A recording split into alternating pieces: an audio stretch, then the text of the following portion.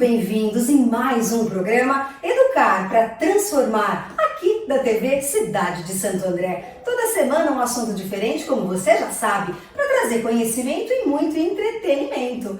Hoje o assunto é extremamente, talvez novo, não diria novo, diria um assunto que vai levar você para o mundo da história. Nós estamos falando aqui de algo que no 7 de setembro discutimos muito esse ano, a reabertura do Museu do Ipiranga, os 200 anos da Independência. E para esse assunto tão interessante, eu trouxe novamente aqui o meu amigo Marcelo de Paiva. Muito obrigada pela tua presença de novo, hein? Segunda vez, mas outras virão, porque o Marcelo tem muita coisa para falar pra gente. Obrigada, Mar. Oi, Ju, obrigado. Um prazer estar de volta aqui pro seu programa, né? Já segunda vez já virou tradição, né? Já virou tradição, com certeza. Marcelo, para o pessoal te conhecer, conta um pouquinho quem é o Marcelo de Paiva. O que o Marcelo faz? Hoje em dia ele já fez muito, né? Além de amigo de escola da Ju, eu sou historiador, professor de história, né? Eu leciono bastante tempo já também. Sou também doutor em arquitetura e urbanismo, especializado em patrimônio cultural. E faço projetos na área de cultura também, cursos, palestras, exposições e...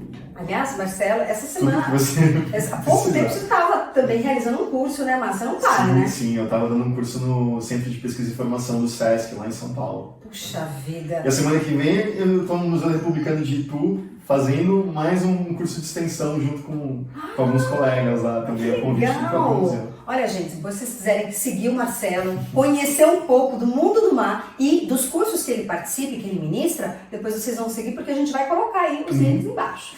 Bom, para falar desse assunto tão interessante, vamos, como diria a brincadeira de criança, começar pelo começo. Museu do Ipiranga. Bom, Museu do Ipiranga, casarão que desde criança sempre quis ir visitar, mas fui muito pouco, gostaria de ter ido mais, né? Mas quem que morou lá? Você já parou para pensar? Museu do Ipiranga, um casarão, né, gente? Dom Pedro I morou lá? Quem que morou nessa residência? Conta pra gente. Ninguém morou lá, Ju. Não. Desculpa estragar o encanto, mas ninguém nunca morou lá. Eu acho que você que tá aí deve ter caído o queixo, porque o meu caiu, gente. Quando eu conversei com o Marcelo, pra gente produzir hoje aqui a nossa entrevista, eu fiquei chocada. Então, você pode falar novamente quem que morou lá? Ninguém. Como assim, Marcelo? Conta pra gente. Como assim que ninguém morou no Museu do Ipiranga? Aquele edifício sempre foi um museu. Ele foi inaugurado em 1895. É um dos museus mais antigos do país e sempre funcionou como um museu. O Museu do Ipiranga. O nome oficial foi Museu Paulista, né? Sempre foi Museu Paulista. E agora o museu incorporou oficialmente o nome Museu do Ipiranga porque ele sempre foi conhecido por toda a população como o Museu do Ipiranga por causa da localização. Então, sempre foi construído para ser um museu para poder trazer a história da independência do Brasil, Marcos? Ele foi construído na colina onde o Dom Pedro I proclamou a independência do Brasil no dia 7 de setembro de 1822. Ele foi um projeto que surgiu no segundo reinado, por iniciativa do Estado de São Paulo, para comemorar a independência do Brasil. Por que na colina do Ipiranga? Porque o governo de São Paulo? Porque o governo de São Paulo queria colocar São Paulo na narrativa da história da independência do Brasil. Né? E aí a ideia era primeiro criar um monumento no local onde Dom Pedro fez o famoso gesto, né, do grito da independência, né, e tal, e que foi até para o hino nacional mais para frente. E a discussão era que esse monumento tinha que ter uma função útil, por isso que decidiram construir um palácio e não um monumento, uma escultura, né, com alegorias.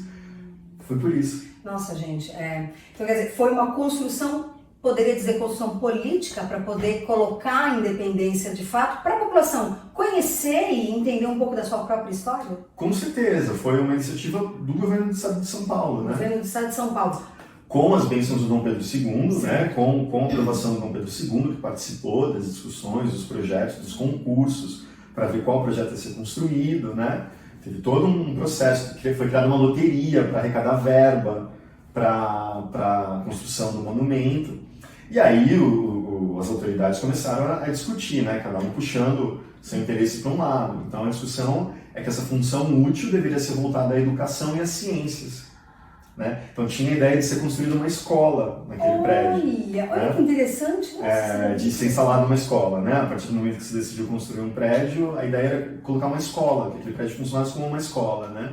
São Paulo estava crescendo naquele momento, os barões do café estavam investindo muito na cidade de São Paulo, né? Então aquilo também é um conjunto de urbanização da cidade de São Paulo. O bairro do Ipiranga não existia, né? No final do século XIX. Ele vai surgir em torno do museu. Em torno do museu. Qual foi o ano? O ano que o museu foi inaugurado foi 1895. A construção demorou mais tempo, né? A construção se arrastou aí por alguns anos, né? Então terminou de ser construído, acho que por volta de 2 ou 3 anos antes, né? E aí teve as discussões de qual atividade aquele edifício ia sediar. E aí foi criado o Museu Paulista, o Museu do Estado, né? Acho que em 1892. Aí se formou o museu, a instituição, o acervo, né? Todo um processo para estruturar a instituição. E aí o museu inaugurado em 1895, já com o museu em funcionamento, já com uma exposição. Nossa, realmente, a gente, né, estuda, as crianças aprendem, né? O ano da proclamação da República, 1889, e o museu é construído após isso. Então é a prova, para quem quer saber a prova, de que realmente ninguém morou lá, né? O imperador. Meu Deus do céu, eu falei que quando o Marcelo me contou, ele destruiu a minha infância. Isso é absurdo, gente. Eu realmente fiquei em choque. Mas vamos lá, então, falar do museu. Conta um pouquinho. Então, ele passou a ter, né, para que esse museu passasse a existir, então as pessoas começaram a doar coleções que estavam relacionadas à família. Sim. Tem uma ideia de que o museu, primeiro, ele foi como uma instituição científica, ele era um museu de ciências naturais, ele não era um museu histórico no começo. Então, as primeiras exposições foram todas formadas por animais empalhados, plantas. As coleções eram zoologia, de botânica, mineralogia, arte, e aí a gente começa a entrar no terreno da história, né? Esculturas e tudo mais. Quer dizer, o próprio edifício, ele era uma obra de arte, era um monumento, né? Nunca se havia construído um edifício daquele tamanho na cidade de São Paulo. Nossa. Né? A maior parte das coleções eram de animaizinhos mesmo, empalhados. E depois, quando veio a ideia de fato, ele revelar, trazer, né, a história da independência, aí as coleções começaram a chegar? Foi desde o começo. Tá. O famoso quadro do Pedro Américo, Independência ou Morte, aquele quadro gigantesco, ele foi pintado em 1888, né? O Pedro Américo, ele era um artista brasileiro que recebeu uma bolsa do próprio Império, do próprio Dom Pedro II, para estudar artes em Paris. E de Paris ele se mudou para Florença, ele pinta esse quadro em Florença, né? Dentro de toda a linguagem da pintura histórica, com todos os elementos da pintura acadêmica, tem todo um vocabulário ali, que a minha colega Michele Monteiro estudou, está estudando no pós-doutorado agora, ela também trabalhou no Museu do Ipiranga, né, nas novas exposições. Dá para procurar vídeos dela falando sobre isso, o próprio museu divulgou esses vídeos, né, contando a história desse quadro. Ele nem sempre esteve preso lá, ele foi exposto em Florença, acho que ele foi exposto nos Estados Unidos, se eu não me engano, e veio de navio para o Brasil, mas foi pintado para aquele edifício. Olha só, porque o Museu do Pedro Américo é conhecido como a Mona Lisa brasileira, né? Ele é extremo, vamos dizer, né? Uma comparação, uma nobre comparação, de fato, colocando nele uma importância gigantesca, que de fato sim, mas tem uma história que não é bem da forma como aconteceu, que é retratada no quadro. Pois a gente tem que lembrar sempre que um quadro não é um retrato, ele não é uma fotografia. Isso. Né? Imagina quanto tempo demora para se pintar um quadro que tem 7 metros por 4, 7 de largura por 4 de altura, mais ou menos. É um quadro muito grande, então o governo negociou com Pedro Américo quais elementos que iam aparecer, como o Dom Pedro ia ser retratado, né? Além disso, como um pintor acadêmico, ele tinha que fazer menções à pintura acadêmica, então as cenas com cavalos, as inspirações das cenas de batalha, a semelhança com outros quadros, é uma espécie de citação de outros pintores, né, europeus também e tudo mais. Então aquele quadro foi elaborado durante muito tempo, foi negociado, porque ele foi uma encomenda pública, ele foi comprado com dinheiro pelo público. Governo de São Paulo. Pelo governo de São Paulo, né, com a ajuda do governo imperial. Então, com uma ideia de que se queria passar daquele episódio que teria acontecido ali. Quer dizer, o próprio pintor sabia que aquilo não era um retrato. Sabia que, por exemplo, Dom Pedro estava montando em mulas para subir a Serra do Mar, né? Quando ele viajou de Santos a São Paulo. E não com um cavalo. Mas aquele momento não ia ser glorificado se fosse retratado com uma mulinha e não com um cavalo, né? Que sempre figurou nas pinturas históricas como cenas de batalhas e tudo mais. Então, precisava transformar aquilo num momento glorioso, né? A responsabilidade do Pedro Américo era gigantesca, né? Sim, e uma encomenda, um pintor com toda a formação acadêmica em Paris e tudo mais, e respondendo a uma encomenda oficial do governo do estado, né? Então a pintura, ela é uma espécie de imagem que quer se fazer sobre algum episódio histórico. Nossa. Não é uma fotografia. Não é uma fotografia. Ela foi feita por volta de 50 anos depois da independência, né? Mais até, e encomendada pelo governo do estado de São Paulo para se glorificar aquele momento. Então ela tem uma intencionalidade ali, né? Ela tem uma intencionalidade. E por que ela ficou tão famosa? A Michelle chama ela de uma espécie de certidão de nascimento do Brasil, né? Olha! Porque aquele momento ficou consagrado como um momento de fundação da nação brasileira, a partir do momento que Dom Pedro decide se separar de Portugal, né? E tem vários outros momentos que poderiam ter sido escolhidos. Por exemplo, a própria aclamação do Dom Pedro um mês depois, no Rio de Janeiro. Sim, né? verdade. Que essa foi retratada em outros quadros, né? Ou a carta que o Dom Pedro envia para o seu pai, né, o Dom João VI, lá em Portugal, dizendo que ele estava desligando o Brasil de Portugal, né? Ou o dia 2 de setembro, que quem assinou a decisão da independência, a declaração da independência do Brasil, foi a Imperatriz Leopoldina, Nossa! assessorada pelo Conselho do Estado, lá no Rio de Janeiro. Né? Foi ela porque ele não estava presente. Ele estava aqui em São Paulo, angariando apoio para esse conflito, para essa tensão com Portugal. Então são várias datas, São várias datas, em vários lugares do Brasil. Por exemplo, na Bahia teve uma guerra de independência contra os exércitos portugueses. Né? Teve conflitos armados em todo o país, né? Entre brasileiros e portugueses, contrários e favoráveis à independência do país, ao desligamento de Portugal. A Bahia travou uma guerra contra os exércitos portugueses. E essa guerra terminou no dia 2 de julho de 23. Então, os baianos vão comemorar o 2 de julho, eles sempre comemoram o 2 de julho, né? E vão comemorar o bicentenário da independência no ano que vem, dia 2 de julho de 23. É uma festa muito importante, isso está presente nos monumentos da cidade e tudo mais. Quer dizer, por que o 7 de setembro? Porque é a versão paulista da independência do Brasil.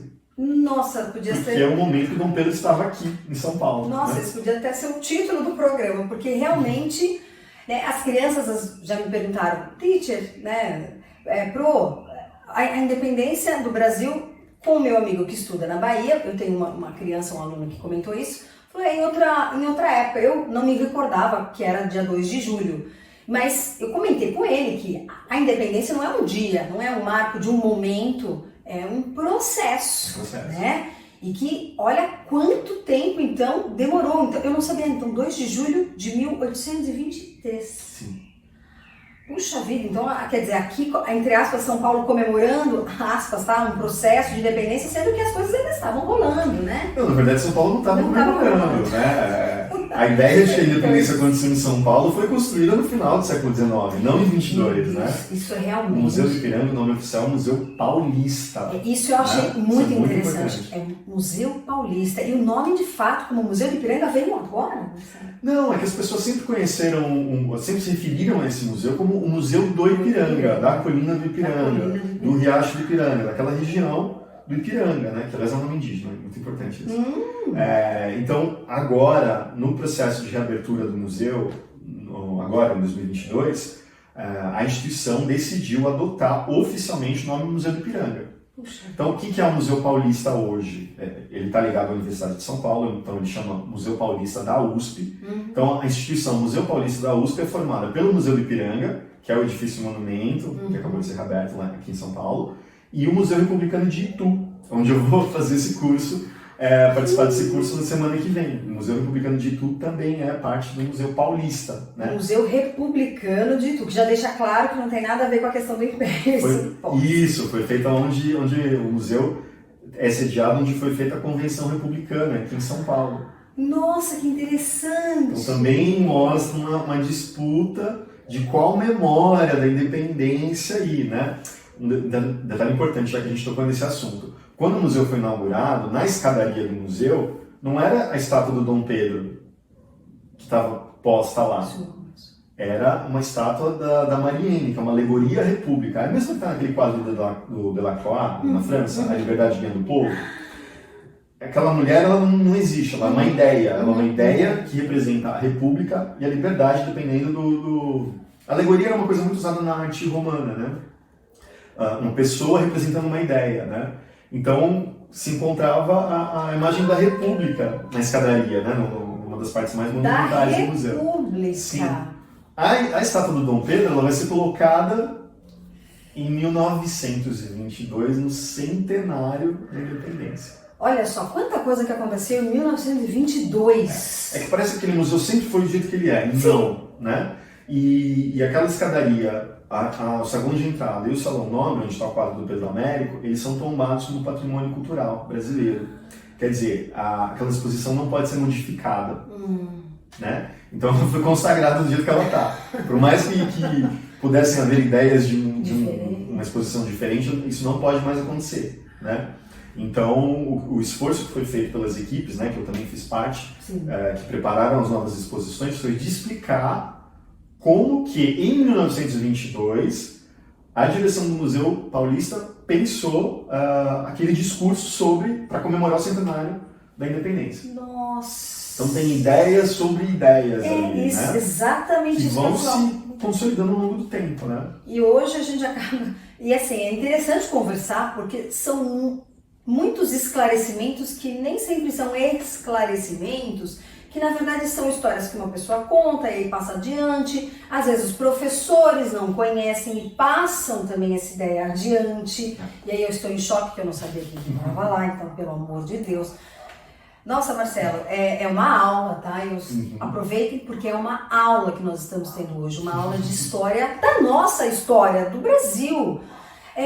Marcelo, e hoje, quem vai ao Museu do Ipiranga, o que vai encontrar? Apesar da gente ainda ter muita coisa para falar da história que a gente estava, mas conta um pouco pro pessoal, o que o pessoal vai encontrar hoje? Tá, assim, importante dizer que o museu hoje é um museu histórico. Ele é um museu voltado para o estudo da história de São Paulo e do Brasil. Perfeito. Né? Com ênfase na história de São Paulo. Continua sendo o Museu Paulista. Tá. Né?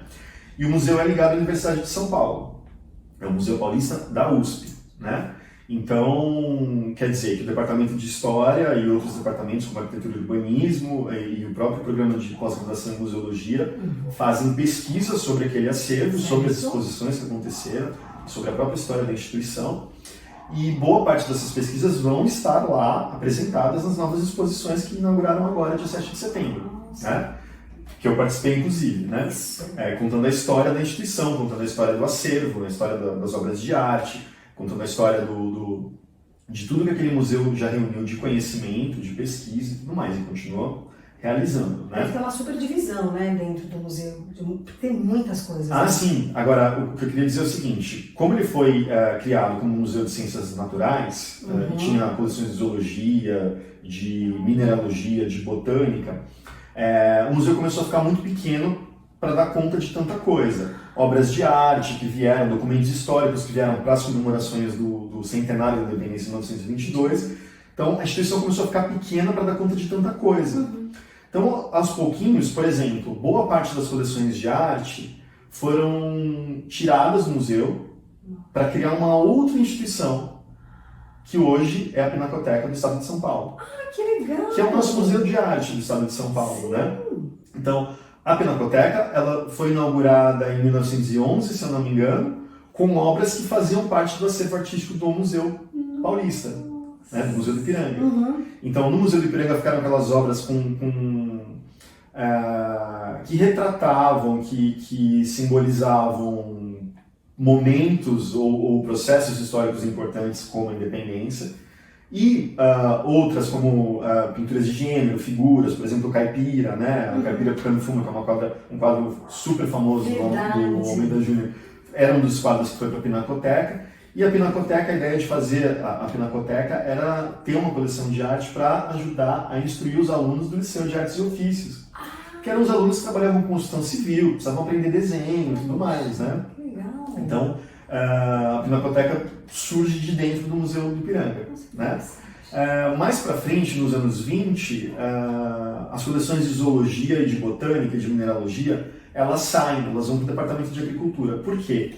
Lembra que eu falei que o museu é uma instituição científica? Sim. Ali eram feitas pesquisas sobre a fauna e a flora brasileira. O primeiro diretor do museu era um zoólogo. Então ele desenvolvia pesquisas, por exemplo, sobre pragas em plantas. Por quê? Para oferecer tecnologia agrícola para a agricultura, por exemplo, da produção de café, né? Um outro detalhe importante que pouca gente sabe, o bosque atrás do museu foi o primeiro jardim botânico. Foi o primeiro jardim botânico? Da cidade de São Paulo. Que bacana! Depois ele é deslocado dali, se abandona aquele lugar como jardim botânico e é instalado no Parque Estadual das Fontes do Ipiranga, né?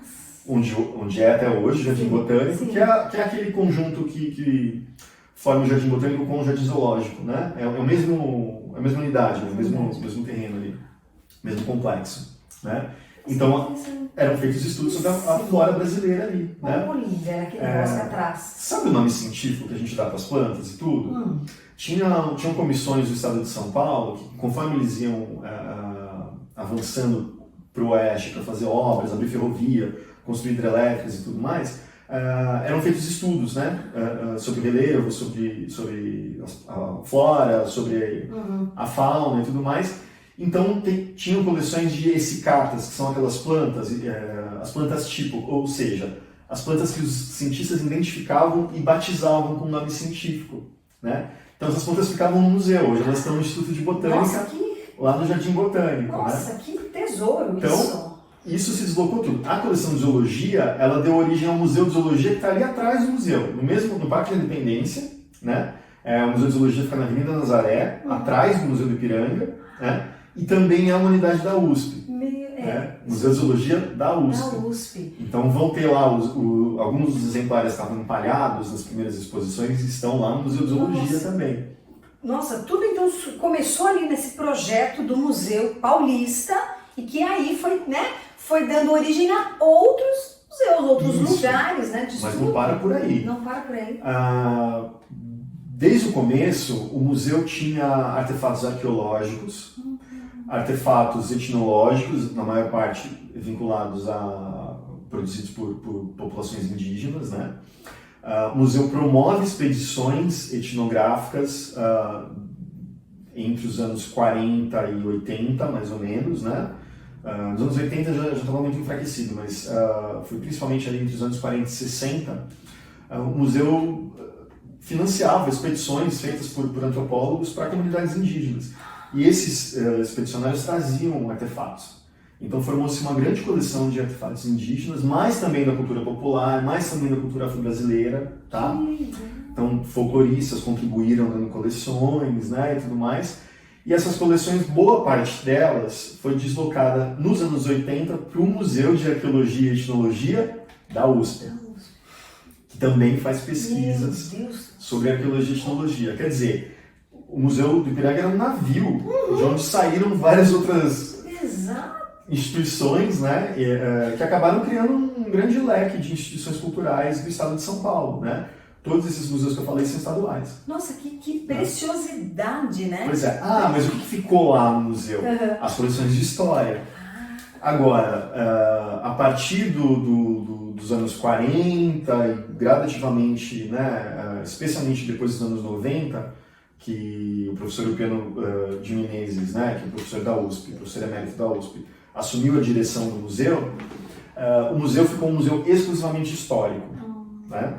Então, que é esse museu que as pessoas vão encontrar hoje. Esse museu tem 3 linhas curatoriais. 3 linhas. História do imaginário, cotidiano e sociedade e universo do trabalho. Nossa, você pode repetir? História do imaginário. História do imaginário. Para quê? Para olhar para essas exposições para olhar para essas ideias sobre o centenário da independência, mas não só, sobre o que a gente entende por cidade, o que a gente entende sobre as nossas cidades.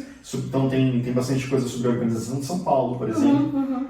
E o próprio Museu Paulista faz parte da organização de São Paulo. Ele foi feito como uma obra urbana, mais do que um edifício. Falei para você que não tinha nada ali, né? Verdade. Então primeiro eles construíram o edifício. O edifício estava deslocado do centro da cidade, imagina. O centro ia até ali, a Liberdade, né? A Praça da Sé, por ali. Ali era o centro da cidade. Então precisava ligar aquele lugar ao centro da cidade. O bairro do Ipiranga não existia. Então foi feita uma linha de bonde para dar acesso ao museu. Nossa! Só que imagina, era tudo barro em volta, terra, as pessoas iam entrar com os pés sujos, né? Sim. Imagina um dia de chuva, né? Nossa! Então, não, o lugar precisava ser urbanizado. Então foi construído um jardim na frente. Primeiro, no comecinho do século XX foi feito um primeiro jardim, depois foi feito um segundo jardim para as comemorações do Centenário da Independência. Por quê? Porque lá embaixo, perto do riacho, foi construído, aí sim, um monumento, né? Que as pessoas vão encontrar quando forem no Parque da Independência. E aí a colina foi escavada para você conseguir olhar o edifício do museu lá de baixo, né, do monumento, para ter uma linha visual. Nossa, né? Que interessante! Como que aquele complexo foi ligado ao resto da cidade? Pela Avenida Dom Pedro I, atual Avenida Dom Pedro I, que foi inaugurada como Avenida da Independência. Por onde passava o bonde, ela levava até ali o centro de São Paulo, mais ou menos o Parque Dom Pedro, né? Parque Dom Pedro II ali e tal. Onde de fato era o centro. Onde de fato é o centro da cidade. Então, você tem um esforço gradativo que vai sendo feito década após década, né? Agora você imagina, na mesma época que estava sendo feita essa obra, foi inaugurado o Teatro Municipal em São Paulo, foi inaugurada a Pinacoteca, né? Você tem vários serviços públicos que estão sendo inaugurados ali, né? Pós 1889. Pós, né? Já no século XX isso, né? Então vão sendo feitos melhoramentos. Junto com o Museu do Ipiranga é construída a Escola Caetano de Campos, que era uma das primeiras escolas normais do estado de São Paulo, né? Aliás, o edifício, a implantação do edifício é até muito parecida, né? E aí a cidade aí o Ipiranga vai se formando, a cidade vai crescendo, vai alcançando o bairro do Ipiranga. Então a gente tem um patrimônio urbanístico ali, né? E o museu tem fotografias. Eu mesmo acabei de fazer a curadoria de uma exposição de cartões postais que vai ser inaugurada logo mais, uma exposição online, né? Para apresentar o acervo online do museu. O acervo está sendo disponibilizado ao público, né? E eu preparei essa exposição para mostrar que, por exemplo, o museu hoje tem uma coleção imensa de cartões postais, né? Quer dizer, cartões postais é uma das coisas que você vai encontrar nas exposições também, né? Uma coleção imensa de fotografia. Só pelos cartões postais a gente consegue ter imagens da organização de São Paulo em 1890, né? Na década de 1890, na década de 1900, 1910, 1920, 30, 40, 50, 60 e daí em diante, né? Uma análise histórica, né? Por imagens. Então, imaginário vem de imagem. Então vem Nossa! tanto das obras de arte quanto das imagens capturadas em fotografia também. Nossa, né? Perfeito! Isso, estou falando de história do imaginário, né? Estou misturando a história do museu com a história do imaginário que o próprio museu pesquisa. Aí tem a história do cotidiano e sociedade. Então, as cenas urbanas vão mostrando os tipos urbanos, vão mostrando as pessoas que habitavam essa cidade. Então, por exemplo, uma das fotos que eu levei para essa exposição de cartões postais é a inauguração do estádio do Pacaembu. Nossa! Como nos anos 40, 50, eu não lembro exatamente a data. Então, tinha jogos de futebol com o estádio lotado. E o estádio do Pacaembu é um patrimônio que tem uma ligação afetiva muito grande com a população, né? Enfim, tem esse tipo de coisa. Universo do trabalho. Quem é aqui do ABC, né? A história do ABC está muito ligada à história da ferrovia.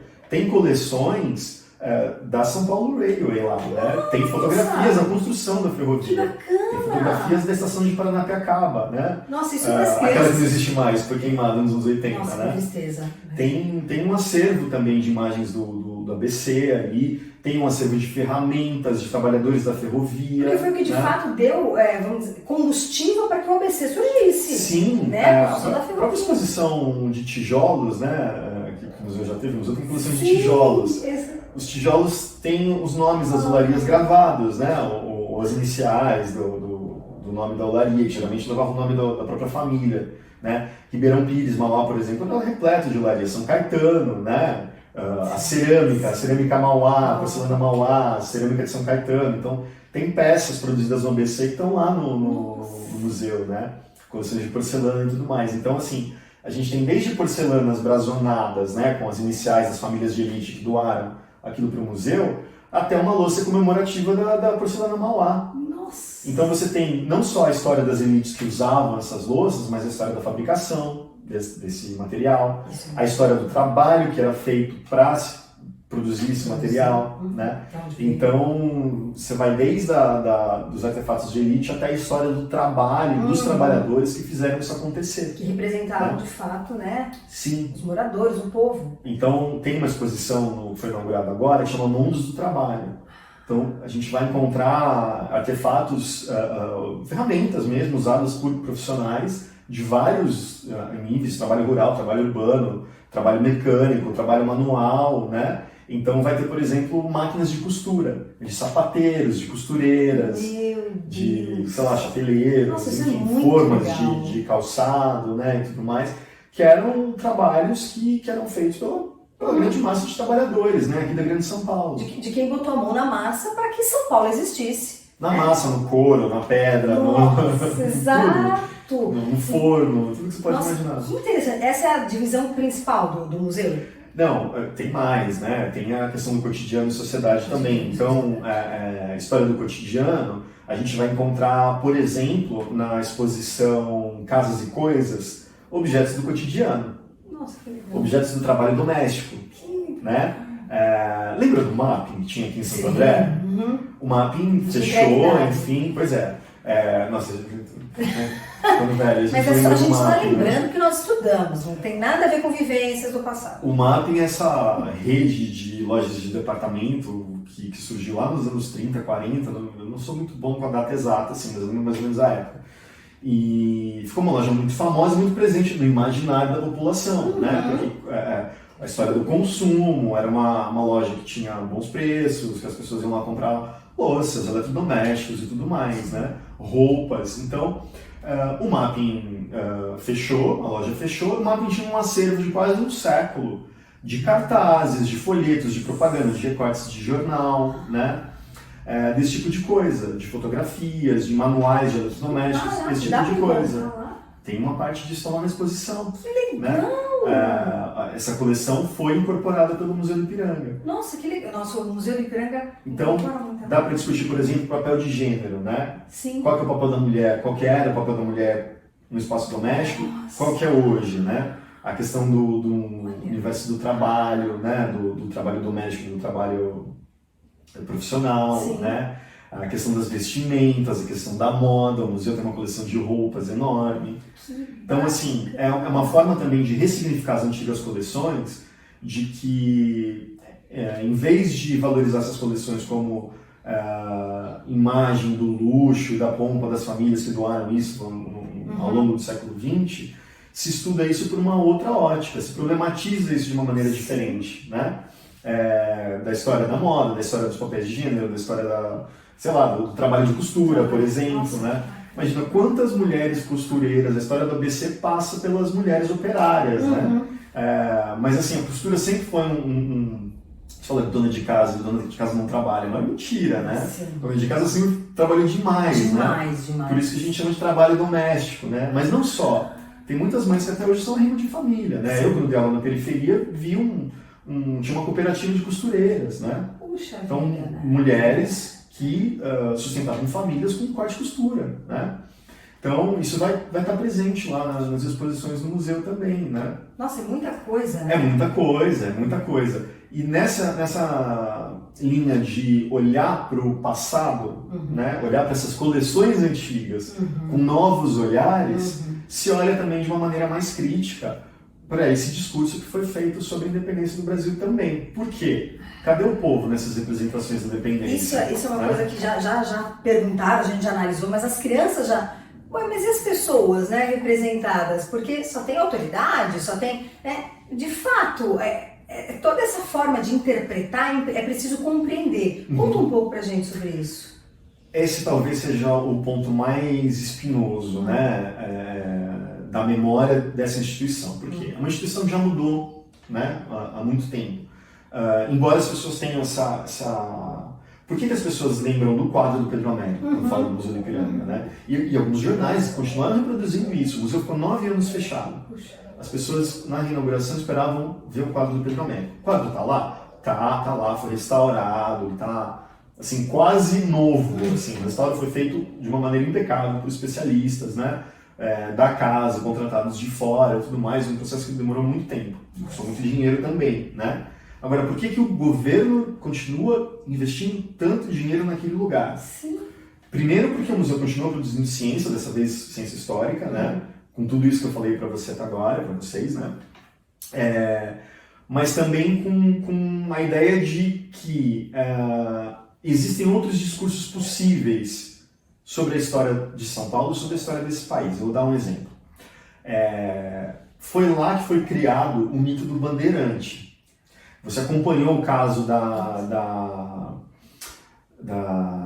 do incêndio na estátua do Borba Gato, ou vários episódios que aquele monumento enorme na frente do Ibirapuera, né, o monumento às bandeiras, sim, aos bandeirantes, sim, né, sim. foi feito nos anos 50, no quarto centenário da cidade de São Paulo. Várias vezes ele é alvo de protestos, e não só no Brasil, né, você vê com o movimento Black Lives Matter, né, na Inglaterra derrubaram a estátua do Edward Colston, que era um escravista, né? Então você tem movimentos sociais, geralmente ligados aos movimentos indígenas e ao movimento negro, antirracista, tomando como alvo esses monumentos, né? Quem consagrou a imagem do bandeirante como síntese do espírito paulista, né? Que definiu as fronteiras do Brasil, foi o diretor do Museu Paulista, no Museu do Ipiranga, né? Que preparou as exposições do Centenário da Independência. 1922. Dali para frente, por quê? Porque para justificar a participação de São Paulo na independência, ele foi indo da independência para o passado até a colonização. Então ele criou toda uma linha de raciocínio que mostra os paulistas, os bandeirantes, né, que são aqueles desbravadores, que avançaram. Eu queria até que você contasse para o pessoal, quem né? não entende, quem eram os bandeirantes e o papel que eles desempenhavam aqui, na época da própria colonização. Sim. Eles eram contratados da coroa portuguesa, por isso as bandeiras, por isso os bandeirantes, né, para desbravar o território e encontrar ouro, né? Só que, assim, eles encontraram ouro? Sim, encontraram, né? A história das Minas Gerais passa pelas bandeiras, né? Mas também, como mercenários, como homens violentos, né? Intrépidos, que se embrenhavam nas matas, né?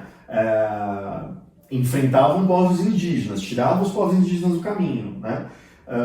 Para encontrar ouro e para estabelecer a dominação portuguesa no território, eles matavam povos indígenas, eles eram contratados também para caçar escravos fugidos. Então, no começo, quando a escravidão dos povos africanos, a escravização dos povos africanos não tinha se desenvolvido muito ainda, eles escravizavam indígenas, né? Então, prendiam e matavam os povos indígenas que se rebelavam, né? A história das missões no Rio Grande do Sul, por exemplo, tem os jesuítas também, né? Os jesuítas e os bandeirantes disputavam quem que iam controlar os povos indígenas, né?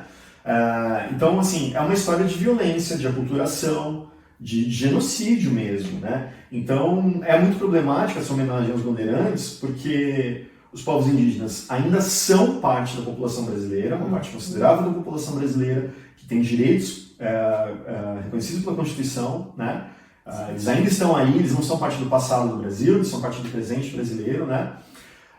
Os afrodescendentes também são descendentes dos africanos escravizados, né?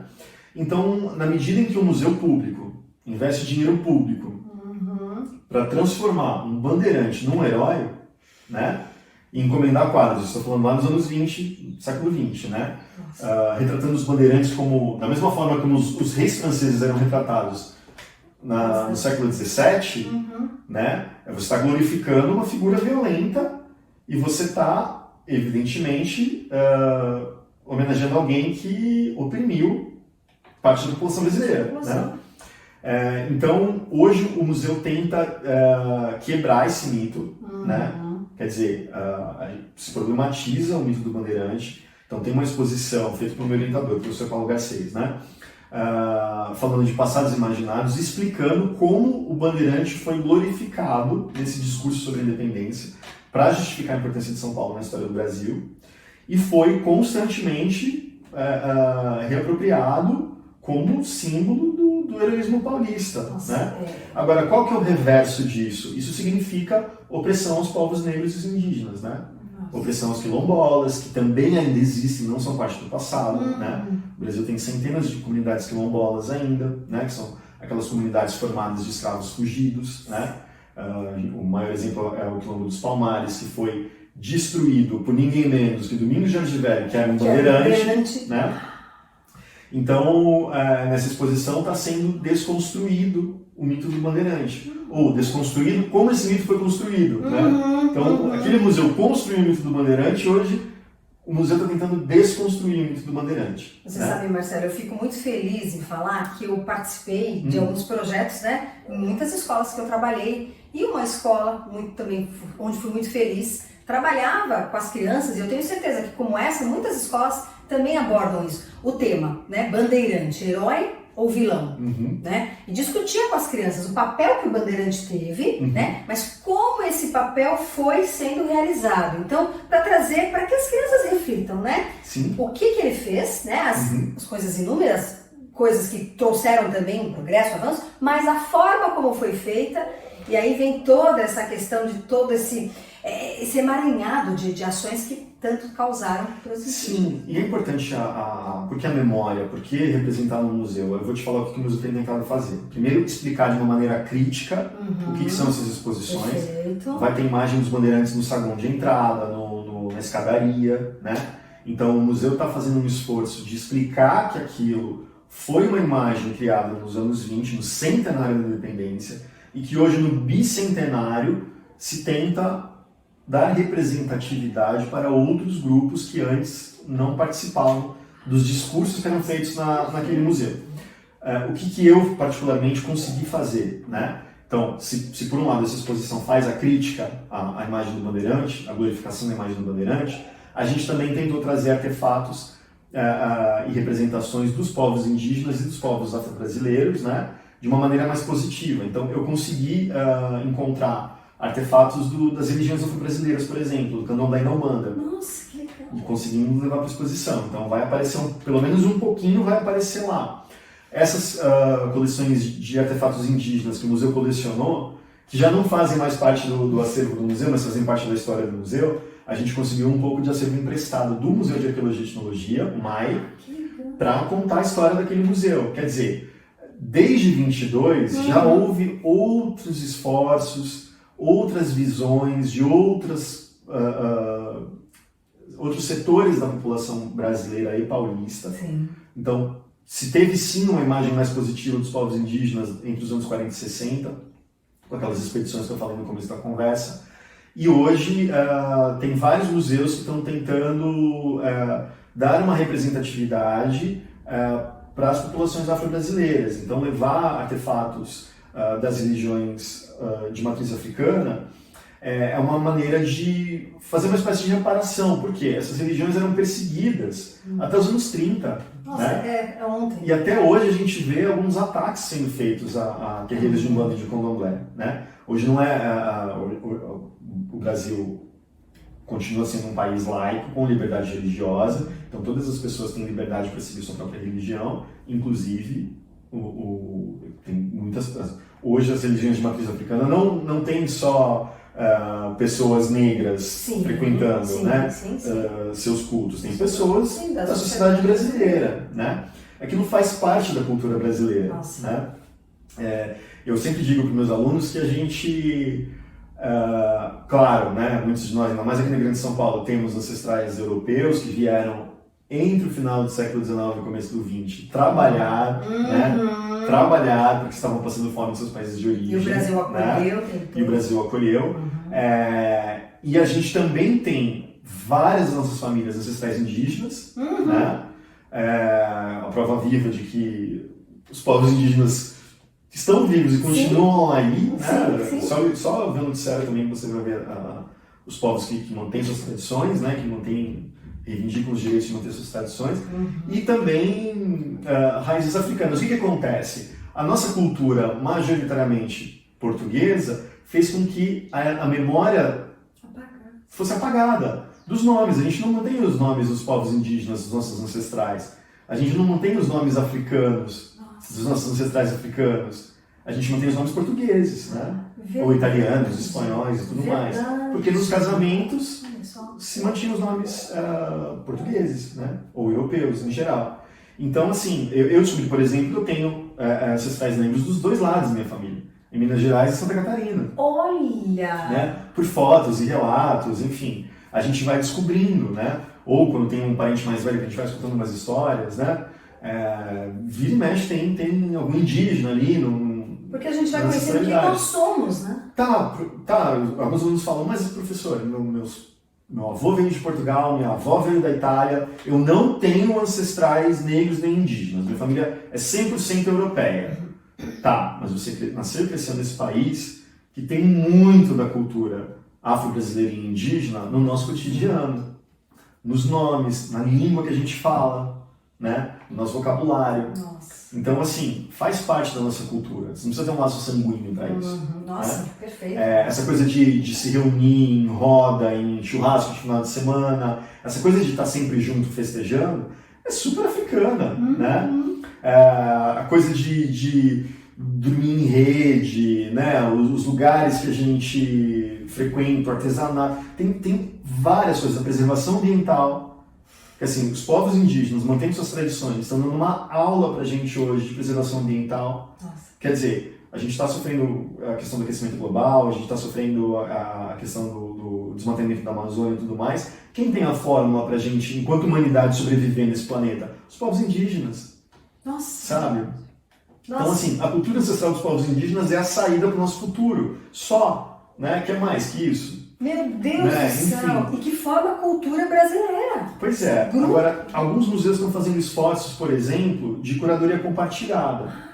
Tem um amigo meu, Davi, que está trabalhando no MASP, ele acabou de fazer uma curadoria de arte indígena com um membro do povo Yanomami. Nossa, né? que legal! O MAI, esse museu que foi criado no Museu do Ipiranga, tem feito curadorias compartilhadas com povos indígenas, por exemplo, os Kaô. Nossa, que interessante! Para que eles mesmos possam explicar a sua própria cultura. A Pinacoteca também já fez curadoria com vários artistas indígenas, né? Então, os museus estão sendo lugares para dar voz para outros setores da população. E não tem só os povos indígenas afro-brasileiros, né? Não tem só a cultura indígena afro-brasileira, porque a gente é uma síntese de tudo isso. Tem questões da cultura popular, então eu levei... Sabe essas pessoas que fazem devoção, fazem promessa para santo e tudo mais? Sim. E geralmente deixam homenagens, os ex-votos, né? Que são os agradecimentos que as pessoas fazem depois que conseguiram uma graça alcançada, né? Está muito enraizado na nossa cultura popular. Levei uma plaquinha de um ex-voto lá uma homenagem a São Benedito, que é um santo negro, né? Enfim, Nossa Senhora Aparecida, né? Enfim, tem tudo isso, as festividades, as congadas, as folias de reis e tudo mais. Isso faz parte da cultura popular, né? É sincrético, né? Porque eu falo que a Umbanda é cristã, todo mundo fala, imagina, a Umbanda é cristã, ela é sincrética. Por quê? Porque os povos africanos eles eram cristianizados, né? Pelos portugueses. Às vezes já em Angola, às vezes já em Moçambique, sabe? E vinham para cá já cristianizados, né? As congadas, por exemplo, é a história da coroação do rei e da rainha do Congo, cristãos, né? Nossa! Então, isso veio com os povos africanos para cá. Nossa, quanta história! Enfim, a gente precisa olhar para essas heranças também e valorizar essas heranças, né?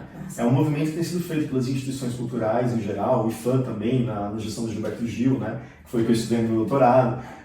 Enfim, tem essa memória sendo valorizada cada vez mais. Agora em São Paulo, por exemplo, o movimento negro está reivindicando a valorização da memória dos povos, dos escravizados, né? Sim. No bairro da Liberdade, por exemplo, porque o próprio nome Liberdade veio de um enforcamento de um soldado chamado Chaguinhas, que era negro, né? E também no bairro do Bexiga, porque o bairro do Bexiga ele era um quilombo, antes da cidade crescer e incorporar o bairro do Bexiga, né? Hoje chamado de Bela Vista, ele tinha um quilombo ali, né? Mais ou menos na região onde está sendo construída a estação do metrô. E foram encontrados vestígios arqueológicos na construção do metrô, e o movimento negro foi lá e reivindicou a construção de um memorial, né, do quilombo de Saracura. Olha quantas vozes que formaram a cultura brasileira e a cultura de São Paulo. Você vê, eu sou paulista, né? Mas quanta coisa eu não conhecia, quanta coisa que vocês aí estão aprendendo hoje com a gente. Marcelo do céu, eu só tenho a te agradecer. Eu podia dar um curso inteiro. Nossa, aqui, eu tenho certeza, porque parece pra mim que passaram 5 minutos. Porque assim, foi um banho de cultura. 5 séculos em 5 minutos? Nossa! Mas eu vou falar, o Marcelo ele vai estar aqui para falar sobre várias outras coisas, porque é importante a gente entender a história para a gente compreender o nosso presente, entender o passado, né? Posso só dar um consolo para quem está ouvindo e queria Por saber favor. mais e não consegue, porque Por em uma favor. hora é impossível dar conta de tudo isso. Primeiro de tudo, visitem o Museu do Ipiranga, né? Os ingressos estão bem disputados, né? Então, assim, acho que com o tempo isso vai dar uma acalmada, mas visitem, porque assim, além de tudo, ficou muito bonito e muito legal. Nossa. Então vai ter toda essa carga de história, muita coisa para aprender, muita coisa para ver, né, lá. Vai ter as visitas escolares, vão voltar também, isso é muito importante para os professores que estão nos ouvindo, né? Importante entrar em contato com o educativo do museu também. Eu guio visitas, se quiser também, né? Eu participei da curadoria das exposições, então eu e esses amigos, a gente acabou de dar um curso sobre isso. Então, quem tiver interesse de aprender um pouco com a gente também, fica à vontade. Perfeito. Fica em O contato do Marcelo vai né? aparecer. E visitem o museu, sigam o museu nas redes sociais também. Né? O museu produziu bastante coisa durante o processo das obras para a reinauguração e tudo mais.